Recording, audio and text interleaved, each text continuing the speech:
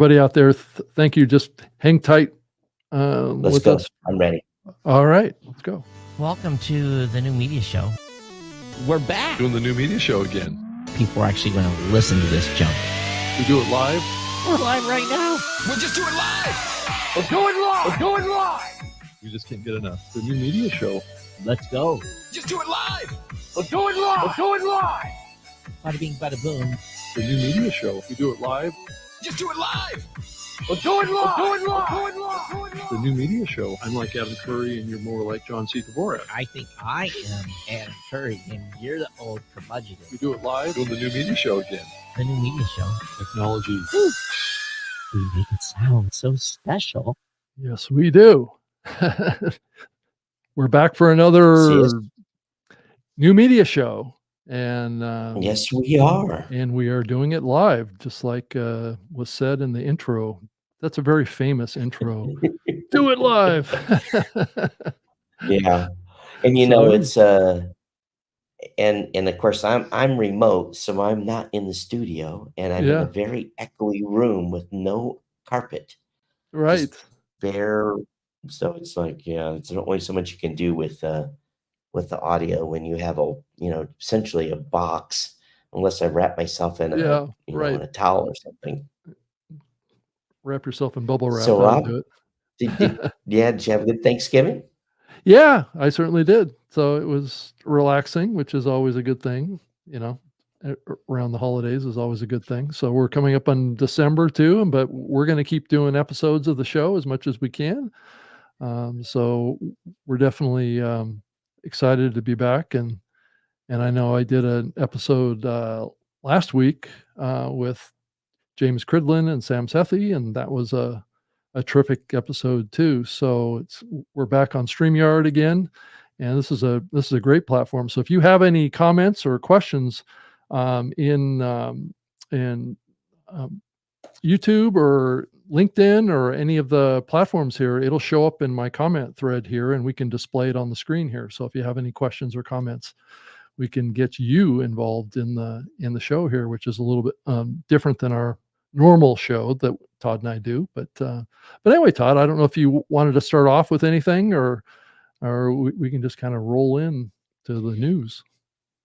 Well, I saw this news about this new app. Yeah. That's going to allow listeners to skip the ads. And it's pre-built into the platform. So I just wonder what kind of technology they're using to do that. Well, it's kind of I'm sure that's going to go ahead.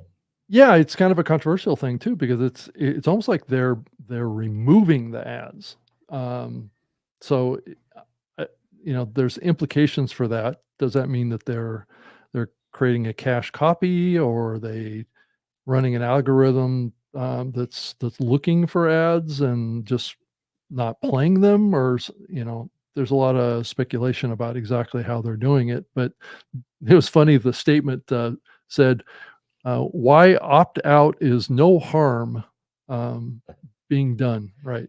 Well, what it is what's kind of funny is that the situation allows them to get credit for the download. So in other words, what they're really doing here is they've made it so that it looks like everything's being played, assumed.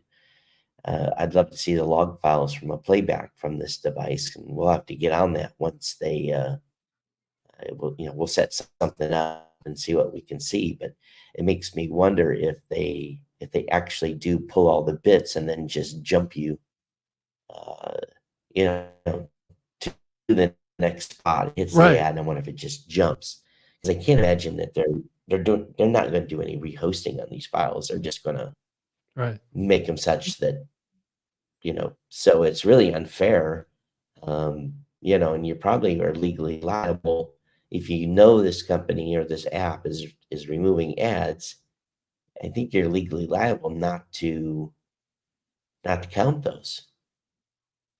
And report it. Well, that and also, I think generally the industry has been concerned about this kind of technology blocking podcast ads for a long time now. So it's interesting that this is happening, and I'm wondering how it detects what a host read is versus a programmatic ad, and maybe this is primarily targeting programmatic radio-like ads that actually have, like, like maybe a change in the frequencies, or but a host read ad is usually read by the host, so it's the same content, right, as what's in the content itself. So I'm not sure how they're doing that. So this may only apply to programmatic or dynamically inserted ads. In the end, though, if you think about it, Apple CarPlay lets you reach right up in advance 30 seconds. Yeah, Most of the to apps on fast your forward, phone has right? the ability to fast forward. So is this really any different than someone hitting fast forward? I think Fast forward, right? it is, in a sense, because they're publicly saying that they're doing this. So I don't think there's anything to get too excited about, because number one, are they even going to get any market share? Are they going to? Well, yeah, that's even another layer to this, because they're charging $5.99 a month, $5.99 a month Oh, to yeah, get access to non-starter. the platform. So Yeah, no, non-starter, $6 a month. You kidding me?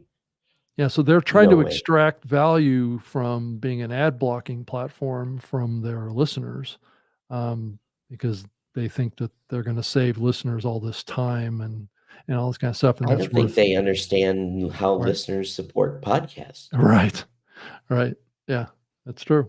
Did That's they true. I even mean, talk to Did they even talk to listeners? oh, I'm sure they didn't. This this sounds so much like a contrived business model that it doesn't make a lot of sense, actually.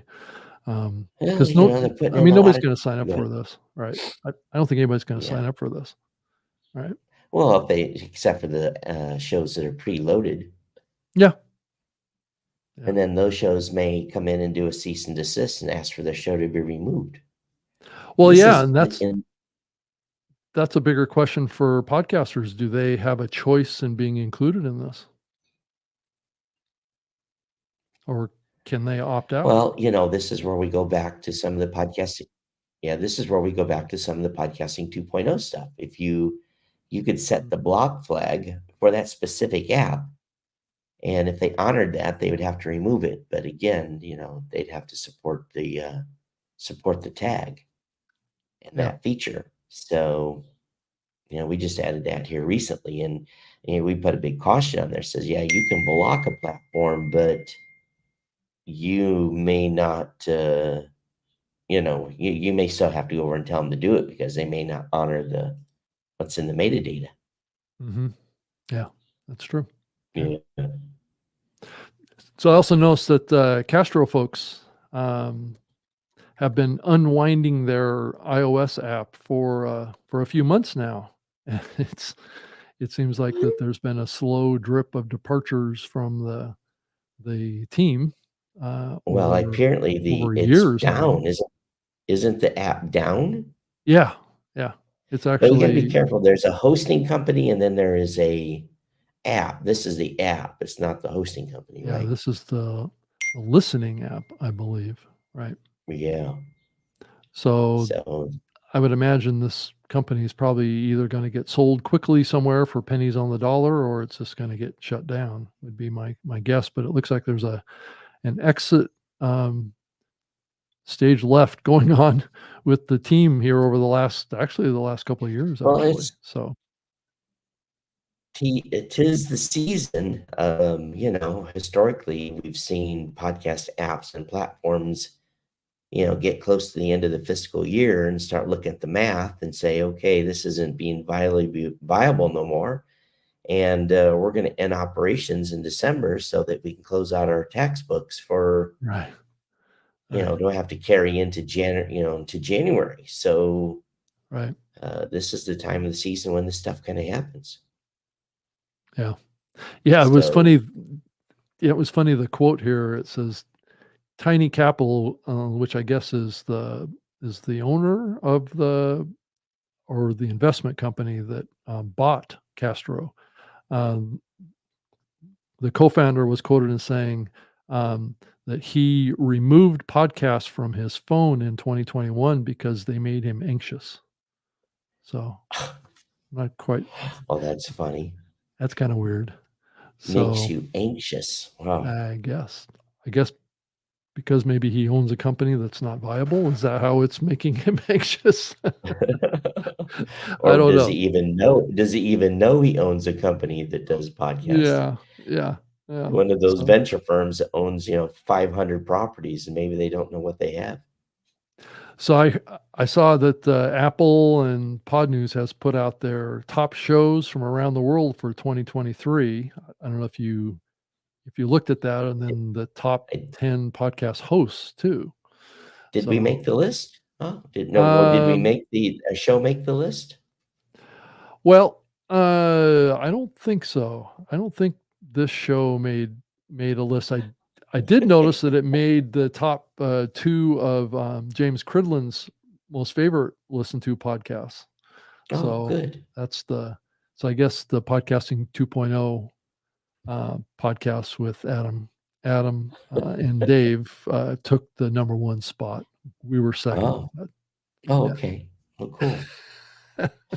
I would expect so. I think that Adam and Dave show's pretty good too. So, Yeah, really the fact this show came in second although we're is not kind lit of live today because oh, I'm down a computer. oh, okay.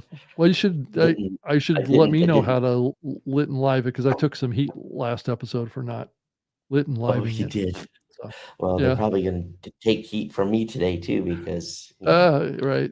we Yeah. need 1 extra box here to, yes, I don't like traveling with 2 computers unless I have to.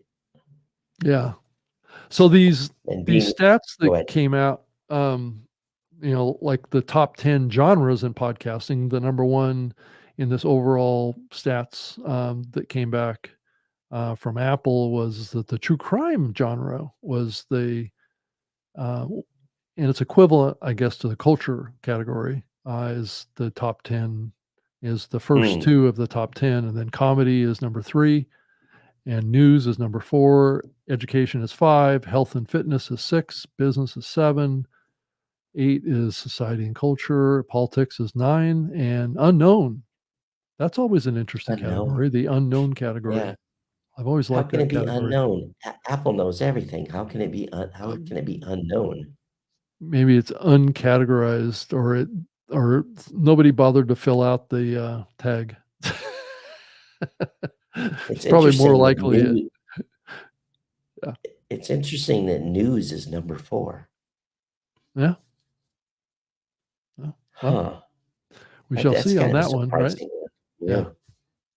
Well, I think it's the area. I I don't know. Is it a news source that is more reliable? Is that why it's growing in its importance? I mean, politics did come in number 9, so it's certainly not political news. Also, it would probably would be in the news category, Yeah. right? Or Yeah. or would it be? I don't know, but it's interesting. And Huh. the top 10 podcast hosts, it looks like as far as the hosts that hosted the largest shows, that's kind of I Oh, thought this yeah. was what the calculation was, but it And said Apple said this or yeah, James did yeah. this?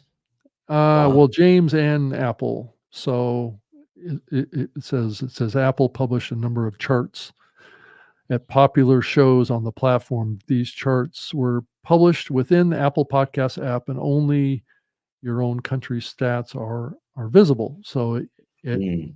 if you're in some other country outside the US, you're going to see your own set. So this is, um, so I guess they only highlighted 140 shows on the platform to come up with these breakdowns. So the number 1 hosting platform is Megaphone with 15 shows. I guess number 2 was Simplecast. Number 3, which was tied with Simplecast, was Acast with 13. Omni Studio had 12. Spotify for podcasters surprisingly had 11 of the top Hmm. shows, and Himalaya or Xhimalaya had 5 of. That's really surprising in the 6th spot. So I thought that was that Chinese hosting platform. Right.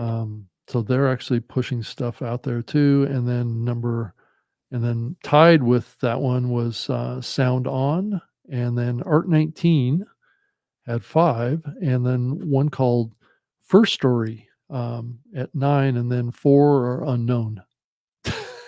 There's another one of those unknowns. It was the same Unknown unknown at the bottom, right? unknown host. It's It, usually well, it could, self-hosted. it's It's probably it's self-hosted, just right?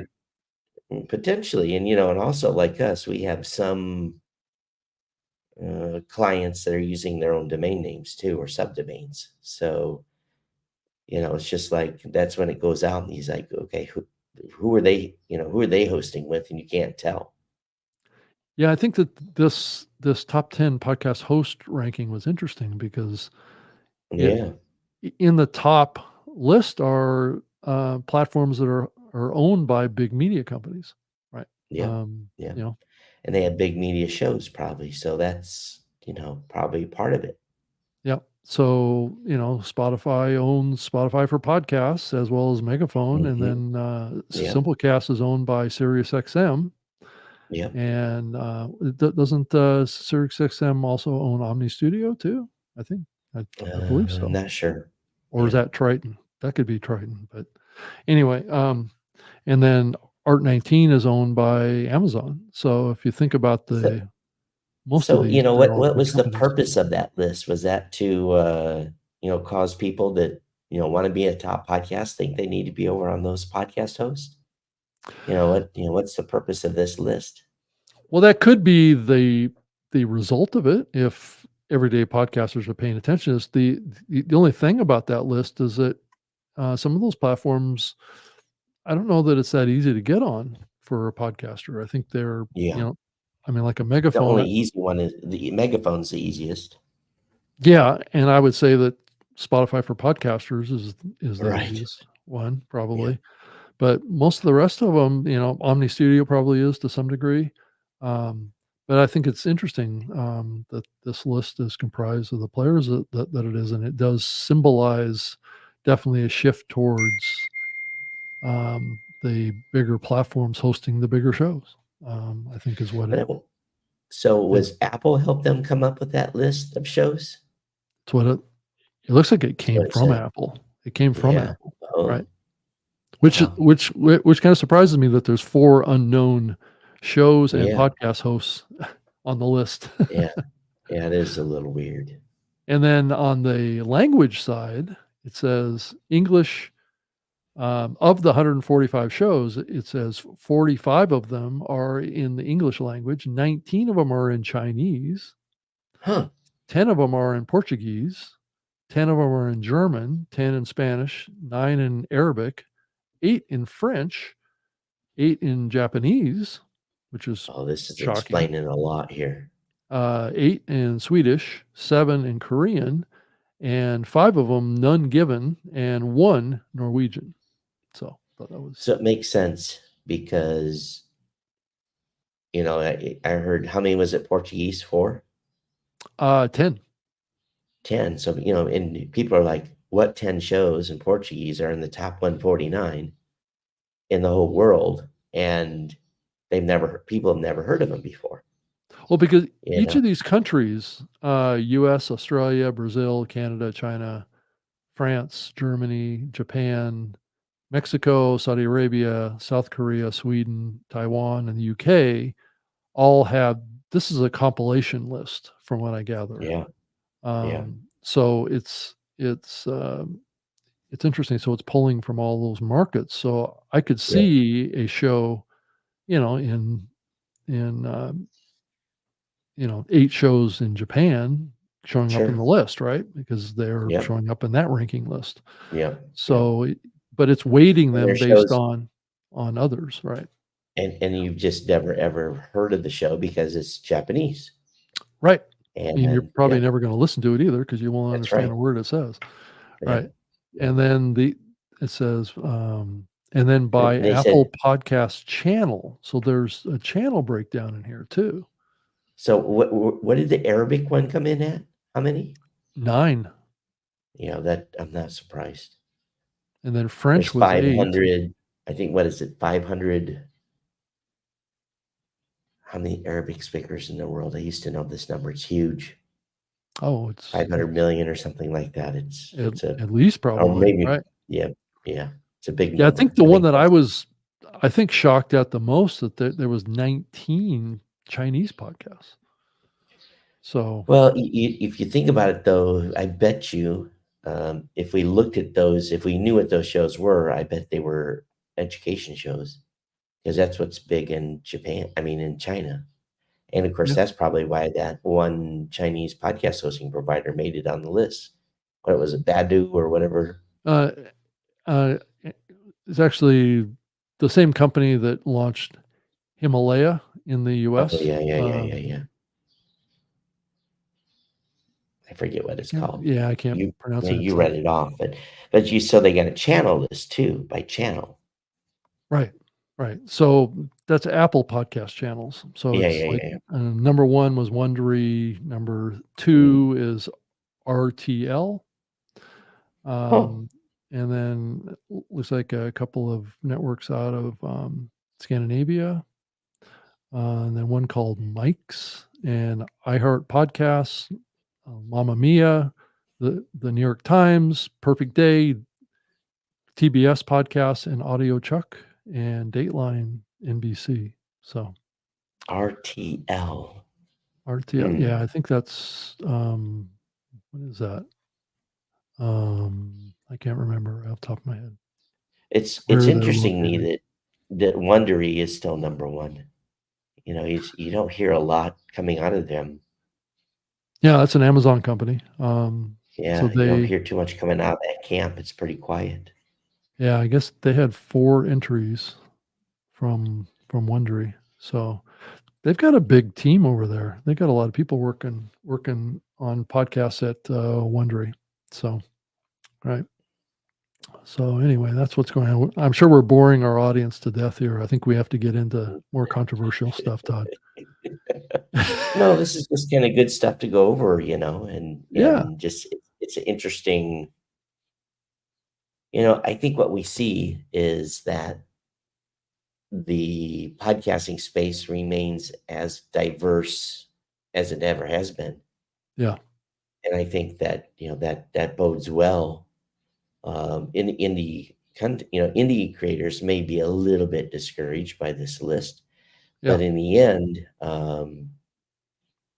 I think there's a huge number of indie shows that I would kind of term indies that are still being very, very successful in their yeah, own right and doing very, very well. right. Yeah. If you can focus beyond the download number and and look at how shows are doing, Hmm. in my opinion, we continue to see growth. Yeah. Um, Well, speaking of that, I also showed in Pod News, and thank you, James, for putting that newsletter out every week, every day, actually.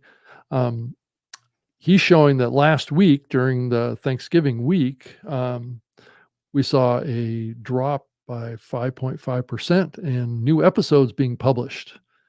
And I'm actually surprised that that number wasn't actually lower than it was, um, which means that, of the 190,000 podcasts out there that are active, most of them right. published a new episode last week. Of course, with Thanksgiving following on a Thursday, that gives those folks that are publishing Monday, Tuesday, Wednesday, Right. Lots of time. their normal, that's almost a third or a little more than a third. Yeah. But if I'm looking at the chart here, in the last 10 days, 231,000 shows have published a new episode. So, it's just, 5%, in my opinion, is really, yeah, I think I'm surprised too. Yeah. It was only 5%. But we'll see what happens during the Christmas holidays when actually that time between Christmas and New Year's is, Yeah. typically a lull Dead. is when, Dead. people should really be turning it on. Right. Yeah. Well, that's the best time when everybody's off, right? Um, so I did notice that, speaking of you, Blueberry launched a premium podcasting tool this week. I mean, you keep charging ahead with features and functions on your platform, and that's exciting to see. Yep, yep. So, yeah, we basically it's been on the to-do list for a while, and we finally kind of broke a threshold of number of customers requesting it. And then what we did is we did something kind of cool. Since we have the Apple podcast, Apple Premium Delegated Delivery, Mhm. what we did was if someone is doing hasn't already a premium show on Apple, they can, at the same time that they publish their Apple Premium show, they can publish their Blueberry Premium podcast Oh. at the same click. Oh, okay. So there's basically 2 upload boxes, one for Apple, one for Blueberry Premium. You can set the rules on if it's going to be early release, or the rules for the release can be the same. And then when you hit publish, both of those go out at the same time. So what you really can do here is you have the best of both worlds. Number one, you can still have some people on Apple and doing that was weird. I got a thumbs up that just showed my screen when I did a thumbs up. Must be some magic in StreamYard. So anyway, you can basically have both. So you get a landing page to sell. It's they have their own drop page, and where they can promote, and then anywhere, and we make them set a minimum charge of $3 a month for monthly, minimum of $20 a month, $20 for an annual subscription.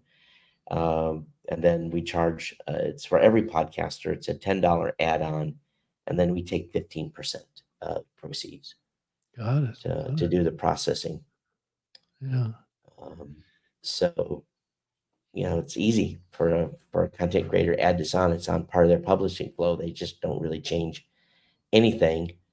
And they can do their public, their private, Mhm. or the Apple Premium, and they can do the premium with us in one shot. Just click publish, and all 3 would go out. So you're Or seeing delayed.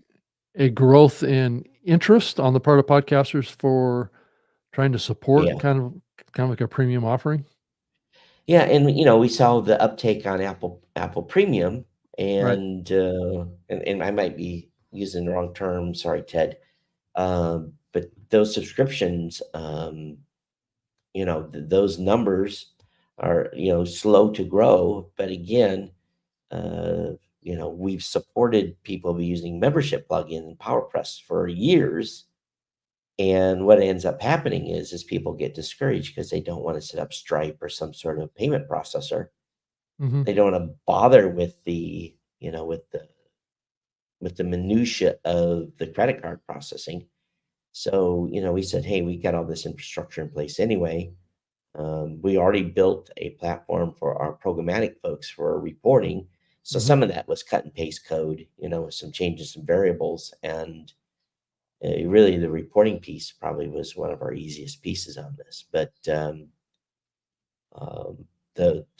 we do not create a custom RSS feed for every listener, though. So there's one RSS feed, and everything is controlled through a user password.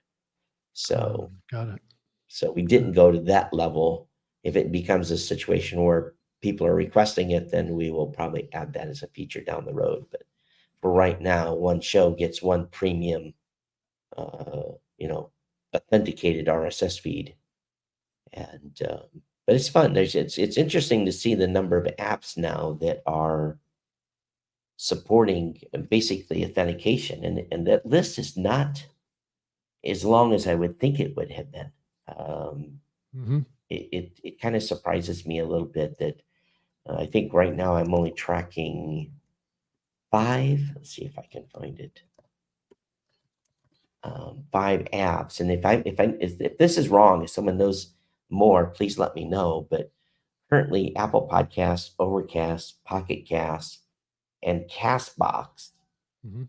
are the only 4 apps that we know that allow a direct RSS feed subscription through a user authentication.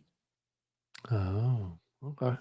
Yeah. So, and if someone knows other apps that will support user password, let me know. We'll add them to the list and get them in the system. Maybe some of those podcasting 2.0 apps will have that feature as well. But so we'll see. We'll see how this goes. Yeah. Yeah, I think if you're struggling to make revenue from advertising from your podcast, you're probably more open to exploring a premium route as a alternative, right? And but I do wonder about that too. If there are people that are going to try and monetize through subscription. I mean, I think people are doing it on X and other platforms, and I, I think it is a big trend to do You know, again, direct not monetization with your audience, right? yeah, this isn't going to be for everybody. No, of course So, not. Right. we basically set this. We just wanted to have the tools available for, Hmm. you know, they didn't have to go use a third party. It's all integrated in the Yeah. platform, Right. Right. and it's a minimal cost per month. And we feel the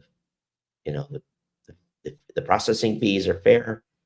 Um, so we'll see what kind of feedback we get. So far, Hmm. it's been positive. Of course, it's only been 24 hours or so. Yeah. Yeah, I did notice that, I guess Google has has basically enabled OPML exports for Google Podcasts. So if you have a bunch of subscriptions in your Google Podcast app, I guess you're gonna be able to get them out and be able to export them in an file. And a lot of people probably listening to this don't even know what an OPML file is, but that goes back Right. to the very early days of podcasting when when um, when we were very focused on RSS, right? So there was this derivative of RSS that Dave Weiner and had come up with as well, and it's basically the same concept. It's basically a list of potentially RSS feeds, right? So Yeah. so you could have multiple RSS feeds in an OPML file. Um, so so I guess this is a pathway if you want to move your subscriptions from Google Podcasts over to like one of the new podcast apps, like AntennaPod or Pocket Casts or Podverse or Fountain are among the newer listening apps that are supporting OPML ingestion of all of your subscriptions to your Right. podcast. So Hey, it's one easy to thing I move. do yeah, and one thing I do want to call out is, just as an oh, by the way, we added the Podroll feature to Oh yeah, PowerPress and Blueberry. So now, Rob, if you've got a few shows that you want to send me, I right. can add to our Podroll. Yeah. And for those of you that don't know what the heck a Podroll is just it's a derivative of what used to be a blog roll in the old days. Literally, we used to put list of shows on our blogs that we recommended, and we called them blog rolls. So the pod roll is the same thing. It's a list of shows that Rob and I recommend you listen to, and then those are being surfaced. Well, they're going to be surfaced in Podcasting 2.0 apps, and then also at the same time, um, we've got some stuff coming to allow the surfacing of pod rolls as well, Mhm. for individual podcasters to.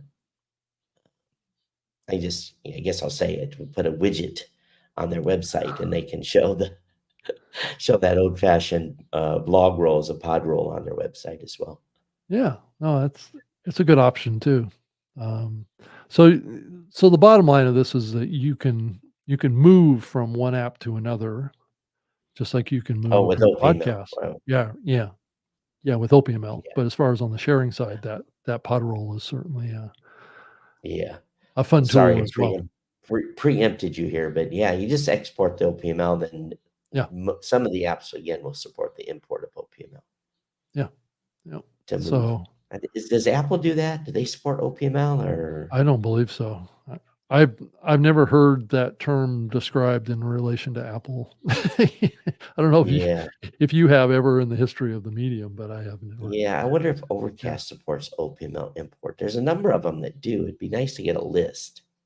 Yeah, well, the one I mean, as far as the one I read just here, it's AntennaPod, Pocket Cast, Podverse, Mm, and Fountain, I guess okay, are confirmed to support OPML in imports, right? So if imagine you that. export that OPML file, which is Yeah, a basically it's a document just like a RSS feed of sorts that you just save as a file and then you upload it to your new listening app and it'll transfer all those subscriptions that you have from Google And Podcasts. Right. And I believe all of those are Podcasting 2.0 apps, can be found at podcastapps.com. Correct. Here's the thing. Here's the Correct. thing we have to really start making podcasters understand. All this work that's being done by these apps to, number one, make portability and supporting the openness, I guess that's the word, the openness of podcasting, is really pretty crucial here. Is the disgruntlement with the platform that shall be not be named, and and Spotify, with people not happy with those platforms. Mm-hmm. It's our own fault. You as a podcaster need to start educating yourself on the functions and the advancements being made here, and start educating your audiences. Now, again, this will be incremental, but if you're not talking about this stuff, you're not going to get the advantages of all these new cool things we're doing. And I Mm-hmm. say we as a community are doing, RSS.com, Buzzsprout, Blueberry, a handful of others, RSS Blue, Yeah. these things we're adding, and also all the apps that support this stuff we're adding. The ultimate goal is, number one, we're going to keep the listener in the app, and we're going to keep the listener engaged in the app and interacting in the app. And instead of just listening and giving Mm-hmm. them functions and giving them, who do you want recommending to your listeners what to listen to? I think Yeah. if they listen to you, they trust you to say, hey, I listened to these 5 shows. I think they're great. Go listen to them. Yeah. And that's the ultimate endorsement.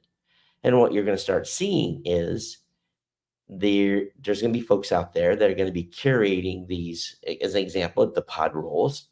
They're going to be curating that. They're going to say, okay, here's the list of, they're going to say, okay, Todd, Rob, Mike, Sam, James, all these folks, they recommended, 5 of them recommended this same show. So there has to be something there. Right. So it acts as a recommendation engine when some of that data is going to get curated. Mm-hmm. And in the end, then what's that going to do? That's going to give the listener, said, okay, 10 podcasts said this is a great show. Maybe I should listen to it. And as indie content creators, we can, because, we're scouring through all this content. Mm-hmm. We're listening to our own shows, to different shows. We as the creators can help drive the discovery engine. Now, don't start scamming the system by, you put me in your pod roll, I'll put you in your pod roll, and don't do that. But actually go out there and recommend, use this as a recommendation engine for shows that you love. And that's why we went in PowerPress and in Blueberry. I know Daniel was kind of disgruntled. We named it Shows You Love and Trust. We didn't put it as, say, pod roll. It says pod roll kind of in the subtext, but we wanted to make it, make a podcaster understand, hey, this is where I share shows that I love and trust. So I just think that there's so much going on at this point that I don't know. I don't know how we get more podcasters understand the value that is being brought here. I think it's, probably another 2-year climb to make them, to get this kind of thought process ingrained. Yeah, going right. You also notice that Acast is adding some dynamic ads targeted to listeners on Google Podcasts. Right. I thought that was smart. Yeah, trying to point them to a blog post that Acast made, talking about ways to transfer your subscriptions. And actually, I think that's pretty brilliant. I might copy that. Well, really, all they're doing there is they're looking for that user agent. And when that user agent hits, then they feed them that file with that. But we're going to have to get the podcasters to actually implement that. Say, hey, this is a feature you can use. Yeah. So, yeah, because I mean, if you think about it, the Google Podcast platform has what driven over 2% of the downloads, Oh, right? it's good. I think with us, it's even higher from a global average, Yeah. just because So, we had such high Android adoption before. all those subscriptions, it's really in the best interest of the whole industry to try and work together to try and shift those subscribers over to new platforms so we don't lose those listeners and lose those downloads. There's an And this economic is why, interest. Right. and again, we go back to we kind of did a refresh on subscribeonandroid.com Right. and went through and made sure the list was current of apps that are currently supporting, and it took a few off that hadn't updated and some stuff like that. So, again, there's a resource that we've made public available for the space to use for years, where you can provide a potentially one-click subscribe function on your website for Android users. So it doesn't matter which, you don't have to tell them to go use a specific app. They click on that link and it brings them to a page that shows the app options. And then Mhm. they pick an app. And from furthermore, once they click subscribe on Android on a website or on a page, like they would Apple Podcasts, similar to that, then the app that they have pre-selected will preload from the henceforth, and you'll have one-click subscription into that specific app. Mhm. So, I haven't been promoting that for a long time because of Google. Mhm. So now I guess it's time to get people to start considering that again. Mhm. And there's Mhm. other folks that come around with some workarounds as well, but we provide a piece of hyperlink for people to put on their websites to be able to do this. So this is an easy Yeah. peasy implementation. Yeah, I guess, there's discussion that's bubbling, I guess, from overseas talking about this, this concept that I think we both have known for a long time. There's not much money in podcasts is the comment here. That we all know, and where there is money to be made is in the USA.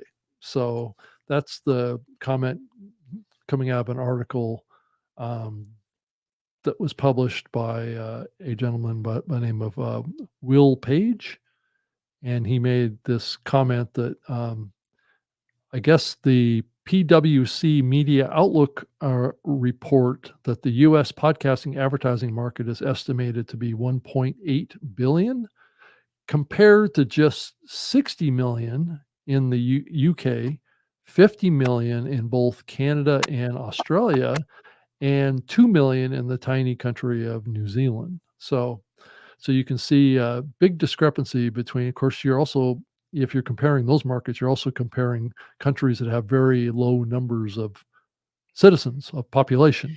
Well, It's a whole different let's scale, be right? fair though. Let's be fair. UK, considering the country size and number of people, number of citizens, you would think that spend would be much higher. Right. Why is that, do you think? Is it just because those markets are less mature because they haven't been pursuing the monetization as long as Uh, the US has? Or is it is it maybe something more because structural? are they Right. more radio centric? There's not as many indie content creators. Yeah, Um, I think that all yeah, factors into it, right? we pulled the trigger. We're going to go to the London show, and so I Yeah. guess I'm going to get a feel for the first time what that real market's really about. We Mhm. did one of their kiosk things. Yeah. So I just I don't know, and yeah, you have to look at the number of podcasts originating out of those countries too. Yeah, Yeah. how many podcasts are actually originating out of the UK or the Netherlands? I think you said was one of those countries. N New So, Zealand, oh, New Zealand. right. So it was 60 million in the UK, 50 million in combined in both Canada and Australia, which we've all perceived as being strong podcast markets, right? but they haven't necessarily been strong on the advertising side. Yeah. Well, I have a friend has a show, true crime show, syndicated in Australia. Um, he has done very, very well here in the United States, but his syndication deal that he did in Australia has been not great. Yeah. So it may be an indication again. I think maybe Australia is a big radio dominated market. Yeah. Some of the challenges that we've had executing campaigns for Canadian companies is depending on where they're at in Canada, the requirement to do both English and French versions of ads, and making sure that the right ad is served to the right audience in Canada. So we haven't had any. I think by default, most advertisers kind of know that if they advertise in a US podcast, that is going to cross over into the Canadian market. And a lot of those products and services are available in Canada. So it's a freebie. They don't have to Right. pay for it, but they get Right. that percentage of listeners that hear that ad that is, largely American products that cross over. I don't think that's the case so much as in Australia, Yeah. just because of the, basically on the opposite side of the world. Literally. Yeah. So Yeah, I think the bigger question is, are those other markets going to catch up proportionally to the US in monetization? And I've also wondered about this whole concept of, is it like you were saying earlier, those are more public radio type markets, and the market has always leaned that way, in how they look at podcasts as well. So maybe that limits the commercial success of podcasting because of its linkage with more public radio stuff, which hasn't, I guess, historically been as aggressive around advertising, as what commercial radio has been here in the US. But what I find even more amazing is we've been trying to get to 2 billion for a long time. Oh yeah, it's been like we're going to hit 2 billion for the last 3 or 4 years, right? Yeah, And yeah. we're still not there yet. Well, and I continue to attribute that to lazy media buyers that aren't willing to look Right. down the pike. That's true. They're just trying to fill more of existing inventory with 6, 7, 10 ads. And they're playing it Versus, safe. I mean, all these buyers are yeah. playing it safe, and especially with these brand safety and suitability platforms growing in popularity, that can either be a good thing or it can be a plague on the industry. One of the two. I'm not quite That's a plague. sure, entirely if it drives more advertisers in because they feel more comfortable, or does it drive more advertisers I into don't think it. buying into I don't fewer think. numbers of shows? I Is don't what think it changes the number of people coming in and buying ads. I think it's been an industry issue for years right. that there just hasn't been complete crossover of radio and television and print into podcasting. Mm-hmm. If you did a side by side, and that would be a good thing, is to have a list. If someone could produce a list of every, let's talk at the national level, every national advertiser, and put that list on a wall. Yeah. The Geicos and the Fords of the world, put that list on a wall, and then look at the radio, the national advertising done on radio, not the local, shop that's selling cars, Right. but the national reads, and then compare that to a podcast list and see what that ABC comparison would be. I think that would be something very astonishing to look at. Yeah. We didn't even have to look at the spend levels. We just look at the comparisons. Is Geico in podcast? Is Ford in podcast? Is Chevy in for podcast? And I think most of those answers are right now no. Mm-hmm. And you look at the amount of money that Ford, Geico, and all those groups are spending. Mm-hmm. Yeah. I mean, I don't know, the brand safety stuff, it it's a conflicting thing. In to some people, I think it's a benefit. To other people, it's a hindrance to growth of advertising. I think the advertisers feel safer about it, but I'm not sure that podcasters more Well, broadly feel that it's good for them. I guess if you're weren't we doing brand talking? safe content, it's probably good for them. Weren't we talking a few weeks ago about some study that came out that basically said that brands are playing it too safe? Yeah, yeah, yeah. I think that's a factor here too. Is our brands playing it too safe and limiting the amount of reach that they can have in podcasting because they're so hypersensitive towards their brand image that they Or lose out on ROI or on things that they're doing like that. or is the real truth is they're just not advertising. It's not a Yeah, brand or is safety this a issue at all. reason They're just to pull back, right? yeah, or not, maybe no, it's not even that. Maybe they just don't have it as part of their buy. It's not because of brand safety. Maybe why isn't Ford advertising a podcast? Why? There's got to be Right. a reason, Maybe it doesn't work for them. and potentially, Yeah.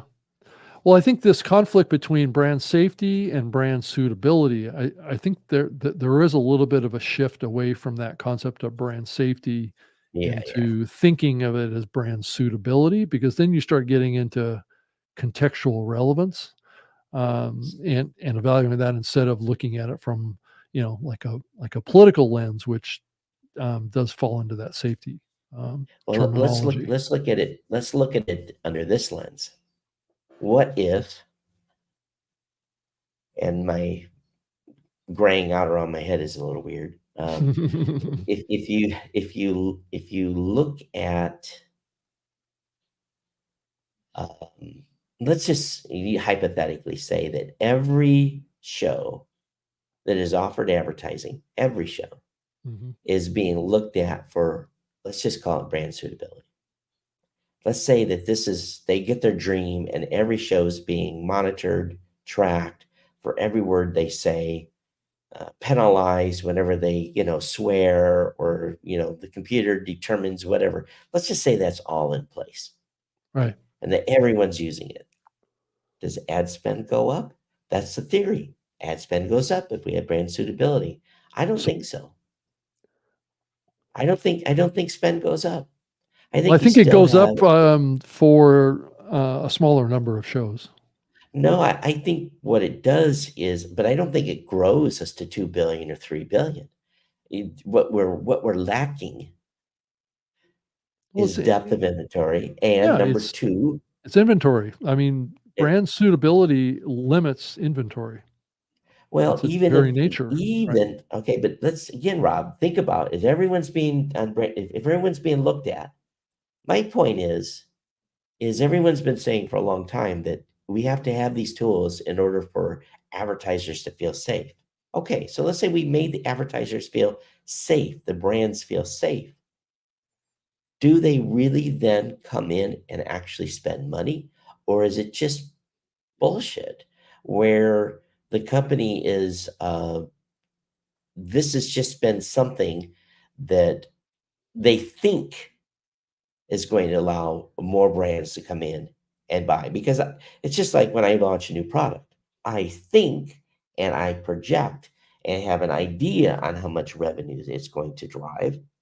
But if that oftentimes those numbers are not correct, Mhm. because what have we done? We've reached out, talked to the audience, we've talked to the customers, we found out what they need. But in the end, will they spend the extra $10 for Blueberry Premium? Will they?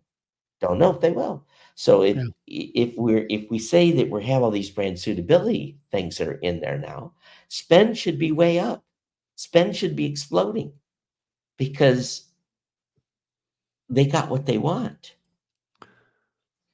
But if that So that standard for brand suitability is too high, guess what? It filters out more shows, right?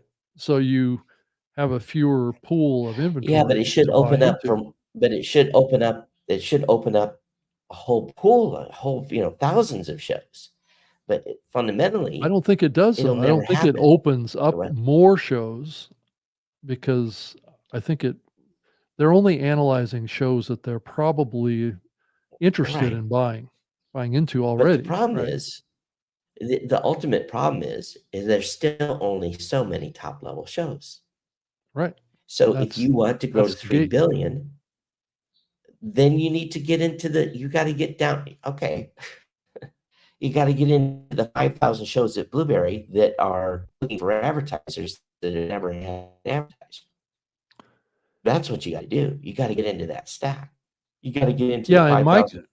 right, right. And my question about this You got to too get is, in. okay, you have a list of shows that have been rated by these brand suitability platforms as approved for these advertisers, right?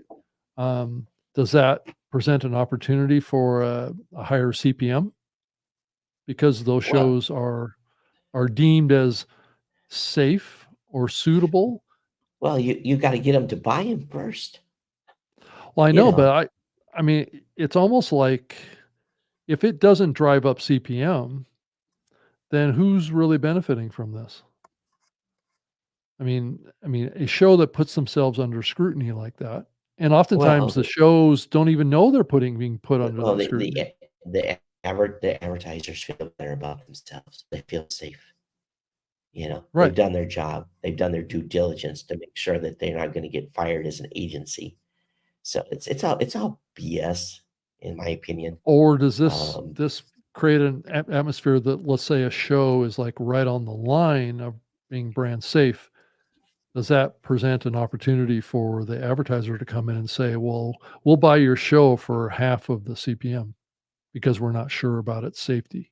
I don't think so. I don't think they apply it that way. I think that it's a yes or no on shows. Yeah, yeah. Well, I think it's a I yes or think no. that's I right. don't, again, let's say all these things are in place. I think the industry has a ultimate issue of not enough advertisers are interested in buying podcasts. I think Well, that's then the ultimate. what media are they buying then? Are they just buying Oh, Facebook they're buying ads? And TV. They're buying TV, Facebook. yeah, but It's it's TV easy. increasingly isn't working unless they're buying, let's say, YouTube, right? Or Rob, how much did they spend on TV last year? TV's working, or they would not be spending billions and billions of dollars on TV but the advertising. audience to TV is in a free fall. So Well, that's that's not a true, long but they're still term. That's not spending. a long They're term. still selling. They're still selling billions. Billions and billions of advertising into TV. And to be honest with you, we're pretty happy right now where we're at with programmatic. I know some Mhm. people don't like it, but we've hit our goal numbers for 2024 or 2023 with adoption of programmatic at Blueberry. I'm very, very pleased with the numbers that I looked at the latest report, and we hit another benchmark, hit a KPI, and I'm really, really thrilled. So ultimately, we're now putting money in podcasters' pockets that would never, and I'm talking about tens of thousands of dollars a month that we're putting in podcasters' pockets that would never have gotten a dime in Mhm. advertising. Right. Now, I know the podcasting 2.0 folks are saying screaming out loud, but again, we're about options. We're about giving podcasters options. You can go the donation route, you can go the value for value, you can go the Patreon premium route. There's lots of options now. And I think that's the key is that whenever a podcaster decides they want to throw at the wall and see if it sticks. Mhm. Uh, oh, this Yeah. ad. Yeah, did you see this ad on it looks like a subway train. That's what it looks like. It does Or a podcast promotion in the wild. For those of you listening, Rob is showing a yeah. advertisement for Football Ramble. This must be in the UK, right? Because Uh, football doesn't have to be serious. Where was this yeah, scene? there is most definitely a soccer ball there. Yeah, yeah, it is a soccer ball. Right, right. So, So this must be in the UK. yeah, so, this is pretty aggressive podcast advertising here. If you're running like a display campaign on board a subway train. Probably it looks like it's maybe in London or something like that. That's what it looks like. Yeah. So what's the company logo that's in that? Can you zoom in and see what that says? Is it in the bottom? No, no, no, no. So scroll down or scroll back up. You see Okay. the bottom right of that? There's a logo there. What does that say? Let me see if I can. Does it start with an S or Here, let's see if I can maybe scroll just do in. a control plus or something? Yeah, I can do that here. Hang on. Maybe that's easier. I kind of went crazy, I 'Cause I'm guess. kinda yeah, yeah, yeah. So you went to a mobile view. Well, I think it's up here. It's Yes, just I just wonder what the company is that did that, you know? right. I think it's down. Is it down here? Yeah, Yeah, it's there it is. down. Yeah, Looks like it's looks like Stack, maybe. Stack. Oh, interesting. Never heard of them. Yeah. Yeah, I thought it was interesting. It says that oh yeah, Stack Football Oh, yeah, Rumble. Ramble. STAK Ramble, right. Um was spotted at the Bakerloo train, I guess, in the UK. So Oh, it's, in Britain. yeah, So, right. what does an ad like that cost to put Uh, in a subway? yeah. It's probably 5 figures, I would think. Yeah, I like their tagline off to the left is because football doesn't have to be serious. Okay, they're pretty serious about their football. I know they are. That's what was kind of funny about. It. So I guess they're Yeah. implying that the podcast isn't so serious. Right. Well, maybe it's a little comedy on, football. It is football Right. ramble, so maybe they. Yeah, right. That's true. Yeah. Hmm, So anyway, I thought I would show a podcast ad because we don't see that yes. often these days. Well, So it's usually on the 30-second one they get at, Times Square that they paid $10,000 for and took a picture of it and, right. Yeah, got their Instagram post. that's true. That is true. So so anything else that you can think of that's going on out there that caught your It interest this you know, past I week? just it just it's it looks like the news is steady. There's Yeah. not been any big major announcements. No. I know somebody's working on something big, and I haven't quite been able to determine what it is. You hear your competitors talking, or we can't do this until April because we're working on something big, and you're like, what are they working on? So from my perspective, the rumor line has been pretty quiet. Yeah, I would agree. Yeah, I kind of wonder what the impact of what happened with Chat GPT and OpenAI over the last couple weeks has had on people's enthusiasm for embracing AI and podcasting. I think if you're not even in the tech world, you have no idea what even happened. Right. Unless you follow the tech space, that debacle. I guess I will call Yeah. it a cluster beep. Yeah. Um, Totally. it definitely was curious, and what it really means ultimately is those that want to push forward won, and those that wanted to pull back lost. That's what it really is. That's what it boils down to. Is the board said we're going too fast. This is dangerous. We need to slow down, and because you won't slow down, we're going to fire you. And Microsoft, who had dumped billions of dollars in, came in and did the ultimate. Oh man, what do I Power play is WWE? what I would call it. Power play. Oh no, Right. no. What they did is they climbed. You see, like the wrestling organization, they claimed they got in the Take down. corner. Take down. Nutella got in the corner and stood on the top Right. of the corner post and came down with his elbow full force into OpenAI's board and Right. gutted them in one Right. full swoop. They said, "Oh, yeah, They're yeah, all he's hired." I mean, it was. I was like touchdown. He slammed yeah. it, and so for I me was as a handwriter, actually I never thought for a minute that those AI folks were going to go to work for Microsoft. Oh, not Um, for a minute. Not for a no, minute. I saw that on that wasn't Sunday. I going was to just like, work. That totally wasn't no. going to work in that way. It To wasn't me, going to, that right. yeah, to me that was way of Microsoft saying, "What You know, have you get done?" your And I get your have put crap billions together. of dollars Right. in you. Um, and then the employees coming out and say 500 said, "We'll go to work for Microsoft tomorrow." And I Right. was like, "Oh, they're done." I didn't even really follow the news after that because I was like, "Okay, this will be resolved in a day or two," and it was. Well, because nobody really talked about what would actually happen if all of this team went to Microsoft. I mean, Microsoft doesn't, as far as I know, doesn't own the code, doesn't own the No, well, platform. they do own.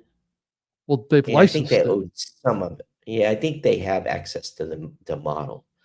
But Right. what it really would have done is gutted OpenAI. Yeah. Yeah, they would have been. It could have, for those of us and here's the thing. Here's the thing people have to realize, and I say it again. Be careful on what you build your castle on. Right. If you're going to build your model, this is, I shouldn't be giving advice here, but I was very specific in how Blueberry's designing their AI integration. Mhm. I'm not going to be locked into any platform. I'm going to be able to flip a switch and change to a different model. Mhm.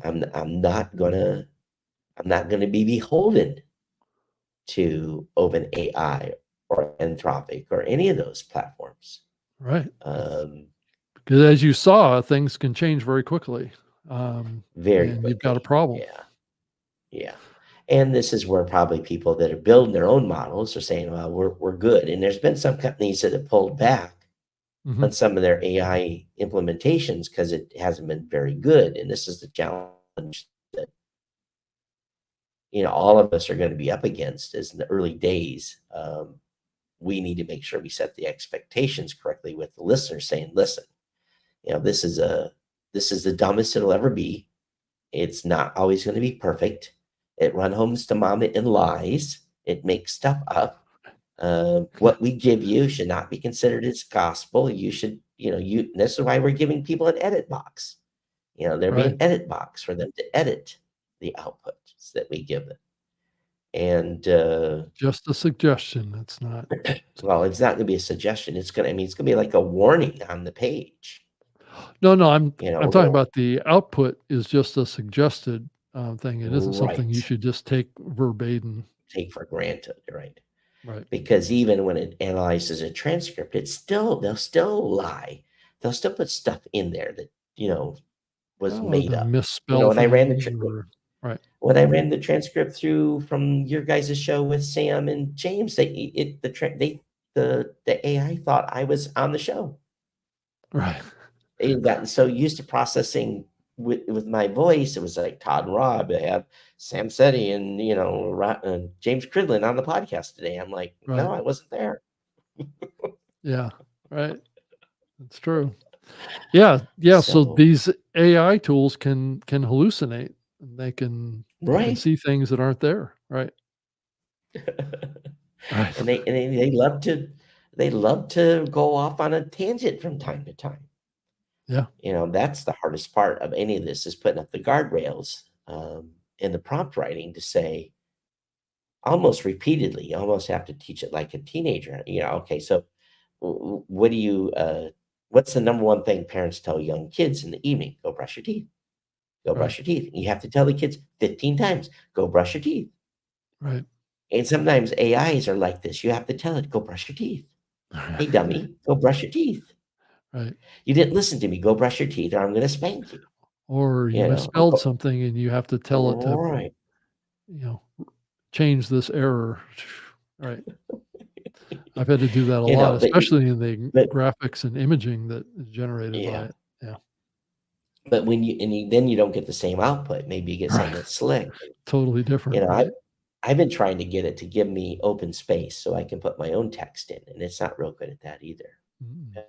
Saying, "Hey, give me 200 pixels at the bottom of the page that is kind of translucent," Yeah. and it doesn't do that. So, but again, I think It's why when you're using the tools in their native state, you can kind of scold it 2 or 3 times. Say, hey, I didn't say that. Clean that up.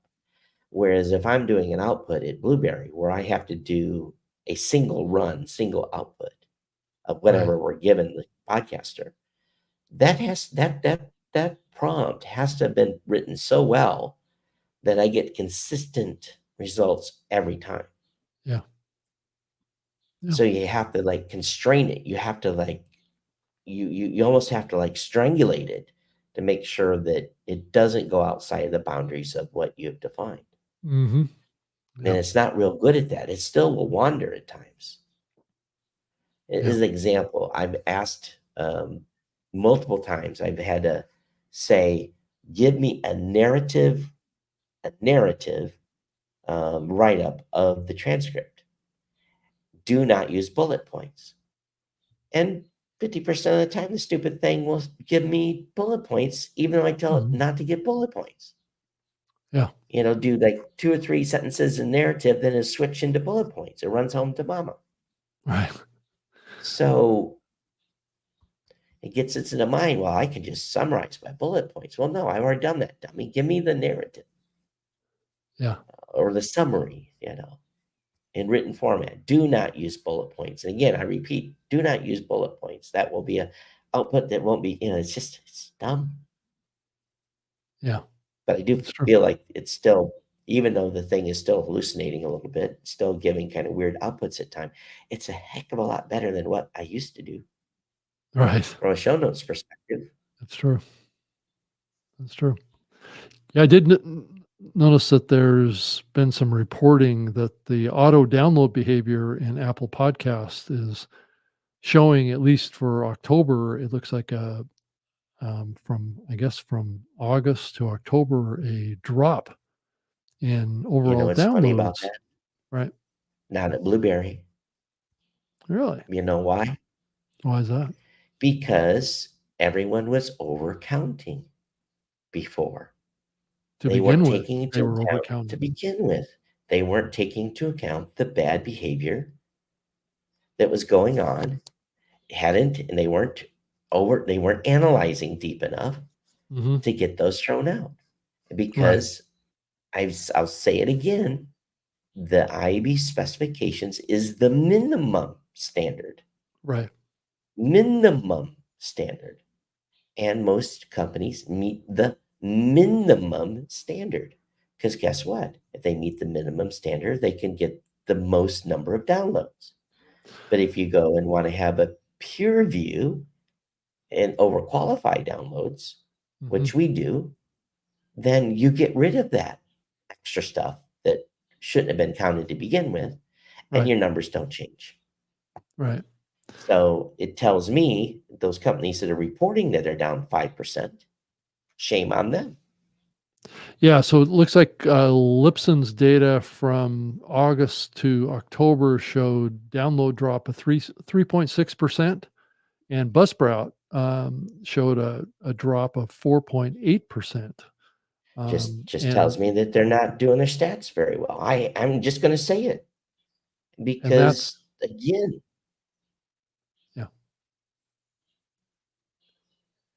and that's since the iOS 17 rolled out in mid-September. Right. So, right. Is there something to do with the iOS update?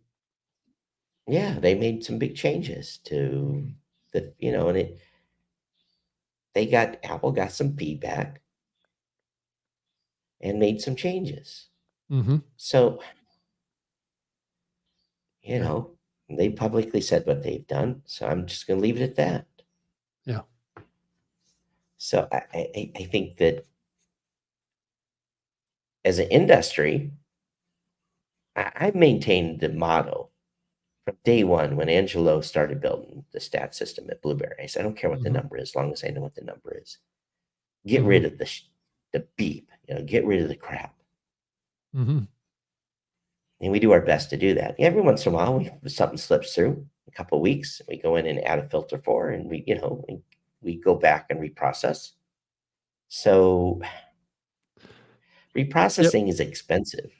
Yeah, but Todd, is that decrease due to changes in the methodology of Apple Podcasts, or is it?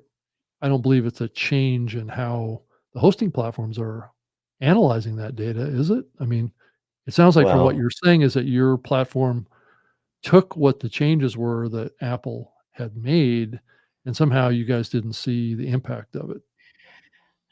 so what's happening was that some platforms were seeing retries of downloads. I guess the best way to Mhm, say it is it basically if there wasn't a completion of the download, Apple Podcasts would come back later and try again, deeper into an mhm, inventory, which was mhm, ultimately driving, some false downloads. And it mhm, appeared there was a download. There was enough 1 minute of the media was delivered to count it, but then it would come back a couple days or 24 hours or 10 hours later or whatever and try to download mhm. that same file again. So that was where Yeah, this extra was coming from. And that's the got it. most simple way to explain it.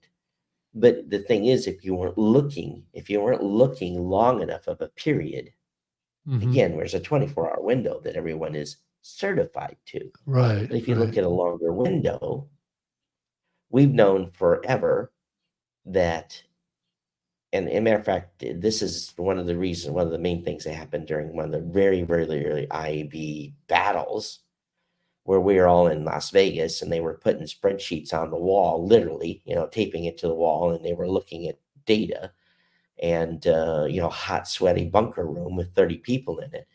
Yeah. No one quite yelling at each other, but it was, a very heated discussion. It was very, very clear that when you have a device and an app, let's say it's an iPhone, and you have Mhm, Apple Podcast, and you are subscribed to the new media show, and it comes out and it downloads that episode,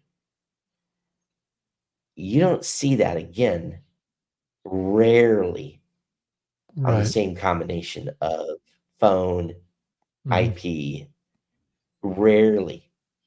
Rarely does it. I think when we did the study, we would see the IP a second time for the same, just the IP, not even matching user agents or device agents. We mhm, just by tracking IPs, we maybe see that IP maybe 10, 12% of the time we'd see the IP come in a second time and grab the same file. But when you get to the third time that file was grabbed by that same IP, that number mhm. was like 0.5% or something. It was ridiculously Oh, small. mhm. So, and that's not even doing IP slash agent matching. That's just pure IP matching. It's looking, and it's, oh, there's a lot of IPs out there behind universities and blah blah blah. Well, no, there's not that many. Right. So, and you just put that in an override list. I guess that's the best way to say it today. And then those shows can, be counted. Those downloads can be counted multiple times from, behind, just, a class or a university that is funneling stuff. But what happens when this all goes out the window if anyone ever truly implements the VPN stuff that Apple's done? But that's a whole nother discussion. Mhm. Um, so why didn't we see a drop? Well, it's because I overprocess, I overqualify the downloads. I look deeper than just 24 hours. So would you say generally your numbers are typically lower than your Yeah, competitors? Is that what you're saying? absolutely. Yeah, So all for that sure. did was kinda level things up of sorts. Yeah, potentially, yeah. Yeah. And another thing too is if you're on a redirect, the difference can be pretty astronomical. If you're with a hosting, okay, let's say that you are hosting at Blueberry. We measure your statistics with your hosted delivery data. But Mhm. if you're using a redirect and you're not hosting with Blueberry, that difference could be 5 to 13% lower than what a hosted log file processing will look like. So Wow. people that are Okay. on redirects are just invariably handicapped because we can't qualify. And I'm sure I've never heard PodTrack or any of the other folks come out and make a statement on this, but I've been public about it, is that we just can't qualify some listens. We can't. So we have to throw it out, and we have a Yeah. model. Yeah. If you can't, verify it or have confidence in it, you have to throw it Well, out. it's really what it is. It's applied to a model, and because it just passes through, right? I say boom, boom, it's gone.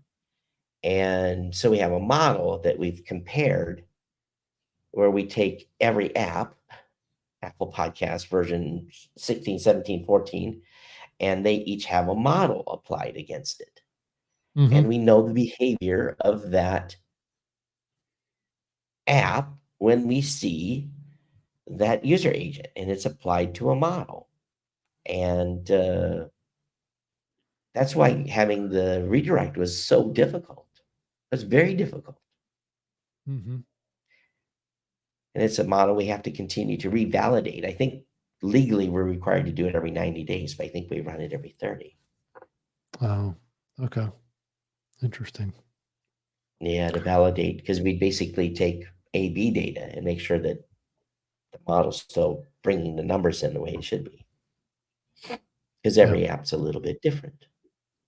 So Todd, as we look to the new year, I think we're coming into December, which is typically a time when the whole industry is flooded with predictions for the next year, right? I'm sure each one of us is going to be asked to contribute something to something about that, Yep. right? What's coming, and this is probably the year that I'm as probably uncertain about the future as any time, and that's saying a lot for me, given, and both of us to some degree, if you feel the same way. I think the path for podcasting has, for me, has been pretty clear over the years. It's been pretty steady, growing and doing well, but we're in this weird kind of limbo. I don't know if limbo is the right word. It's more like it's just kind of like there's so much uncertainty around what's going to happen, right? And I think AI is like one of those wild cards that's there. I think this brand suitability safety is a wild card that we don't really know how that's going to play out in the market. I think just the acceptance of content by audiences is a little bit up in the air to some degree. This convergence that's happening, or reconvergence might be a better way of saying it, between audio and video, and the definition of podcasting being kind of pushed towards being expanded, has created a lot of, in my mind, a lot of uncertainty about the medium and what it's going to look like, even a year from now. I don't think there is uncertainty about the media. I think there's just different potential Or the consumption medium, trends that are happening. or the medium The itself, is that media, what you're saying? yeah. Right. Yeah. So I think ultimately, I'm looking at the bottom line, and 2023, while we're keeping the green line above the red line, it definitely is a year that has been, it's been pretty flat. Yeah. I think the economy is, driving this, driving things in a big way. And I understand there's some fundamental things that are, I think from our perspective, we feel it's this, big shift. I don't think so. I think the average consumer that is consuming podcasts, again, don't care where they listen, as long as they listen. But I think we definitely need to make sure that we're doing our jobs as podcasters to protect open RSS. And if we're not, and I say this very in a foreboding way, if we're not protecting open RSS, you're giving up the farm. In a couple of years, Google has not been necessarily a great friend to podcasting this entire time. And I would tend to agree with that point, generally. Right. And to this point, I think they have good intentions, but I don't think they can be trusted. Spotify, they're going to become more desperate. So what's going to happen there? Are they going to start running more ads around your content that you get nary a penny for? At what point do podcasters wake up and understand that Spotify may not be the best platform to push their listeners to? You can't tell the younger podcasters anything because they know it all. So Right. me to say, hey, you should be pushing your podcasters to a podcast app, and they're like, well, I listen on Spotify. Well, fine, until it isn't. Well, and increasingly, And Todd, and this is a fact that I've noticed because of some of the things that I'm doing, is that increasingly I hear people talking more about video in the context of podcasting now than ever. I well, think, again, it's because you have a small subset, a couple hundred shows that are being very successful doing video. But let's also not forget that we have tens of thousands of shows that are highly successful in audio that don't do video at all. And I don't think we well, should, I think yeah, we should not lose sight of that. I don't think there's any question about that necessarily. I do think that there's more than just a couple hundred shows on YouTube. You're talking tens of There's not. thousands of shows. Go find me No, a couple. Go no, no, find no, me more no, than no. 200 shows. Okay, Todd, let's properly define what we're talking about here, because shows that look like they're a podcast, but they're not, is what I'm talking about. Okay, that's fine, Ones but go find me. right. Okay, but go find 200 that call themselves podcast on YouTube. Just go try find more than 200 that are actually doing well. Well, I'm not sure that's the right way to look at it. I think the right way to look at it is, are there shows on YouTube that look like a podcast, calling themselves a podcast, their audience is perceiving them as a podcast, but they don't do RSS? Oh, That's there's plenty. right. Oh, there's plenty. That's the delta of change that I'm seeing over there. So what we need to do is why aren't we on those shows comment sections in YouTube saying I can't subscribe to you in Apple Podcasts? Why are you Well, yeah. why I mean, don't you have a feed? that's a reasonable ask. And then there is that subset, like you say, that are doing YouTube as well as doing an audio podcast, But again, that are even in if there we as well. That's right. but even if we just look at all of them, let's take everybody. Right. Those that say they're podcasts and are not, technically. Let's just leave that word, just say technically. Let's go find those shows and count them. Count how many there are. So again, I think Tom Webster was right some weeks ago where he said that this small number of shows, very highly popular shows, are basically driving the narrative and making the other 99% of people lose their freaking minds that they have to do video. Yeah. And that they need to build a YouTube channel. Yep. Yeah, I'm not so sure it's just small shows that are driving that narrative, though. I think a lot of shows are produced like what we're doing right here, that are just not doing RSS. All they're doing is they're doing a show just like what we're doing here, Yeah, but it's only video. That's it. it's true.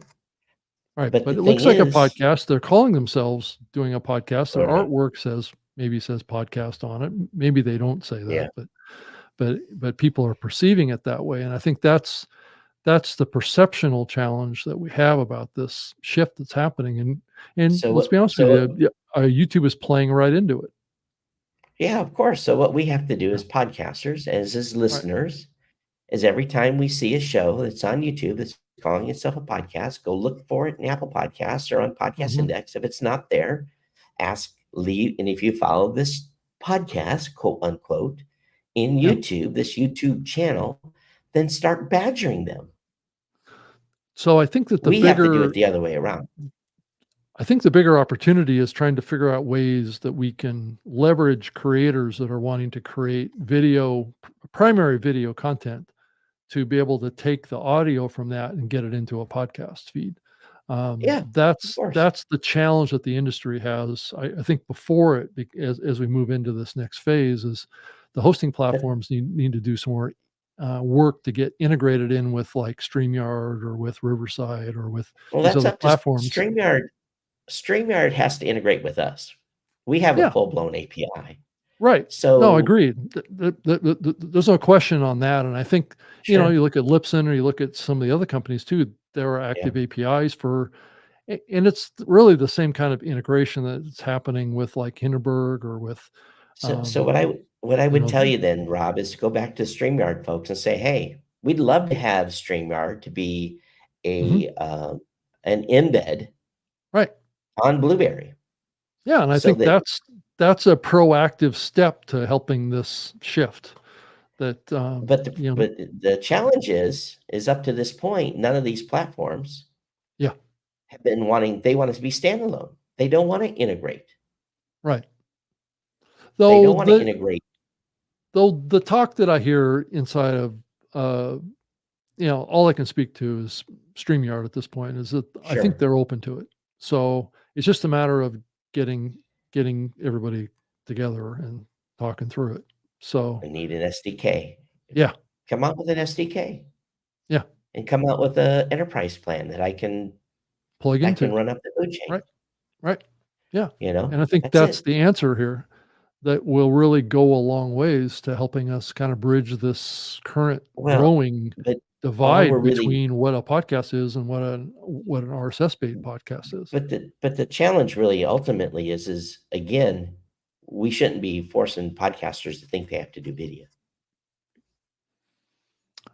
No, I think it's the other way around. I think by default, more people are thinking about video and don't even think about the option of audio. I think it's going the other way, Oh, well, and that's I not a good we're trend for I think podcasting. well, ultimately, I think we're a little too close to this because we do both, but at the same time, I see the data. I see the data, Oh, I know. Yeah, and right. audio podcasts are growing. They're growing at the fastest rate they've ever grown because basically there's fewer shows and Yeah, the same audiences here. and I think that So, these video creation platforms need to be thought as a compatible companion to podcasting because, as we both know, podcasting and video have been neck and neck with each other since the beginning. well, you look So at, trying to again, isolate video from podcasting, I think in the long run is kind of not but not if what you we go should and be look doing. if you look at and believe me, I've talked to everybody. Yeah. I talked to StreamYard too. Say, hey, Mhm. let's integrate. Yeah. Oh, that's interesting. Oh, no, we're not doing that. We have our own plans to compete in the podcasting space or blah, blah, blah, whatever it may Well, be. I don't know what that is, right? But They're I right. And suppose I didn't that's a say StreamYard possibility. said that. I didn't say Right. StreamYard said that, but I said others have said that. Well, Right. we want to be our own standalone. We've already built this multi-recording system. Now we'll just add the podcast piece. We don't want to Right. integrate with you. Right. Right. So we want to be what they call a full stack solution. Is that what you're Right. saying? So what am I faced with? Building it. So here's what I've done. I've polled the Blueberry community. I know what they want. Yeah. And video is not a priority right now. Because we asked them what they wanted. Yeah, I think the question is, it's not your existing community, it's what your Right. potential future customer base looks But like. those folks on YouTube, Right. they're not, they're too big. Most of them have a regular YouTube channel and then have a so-called podcast.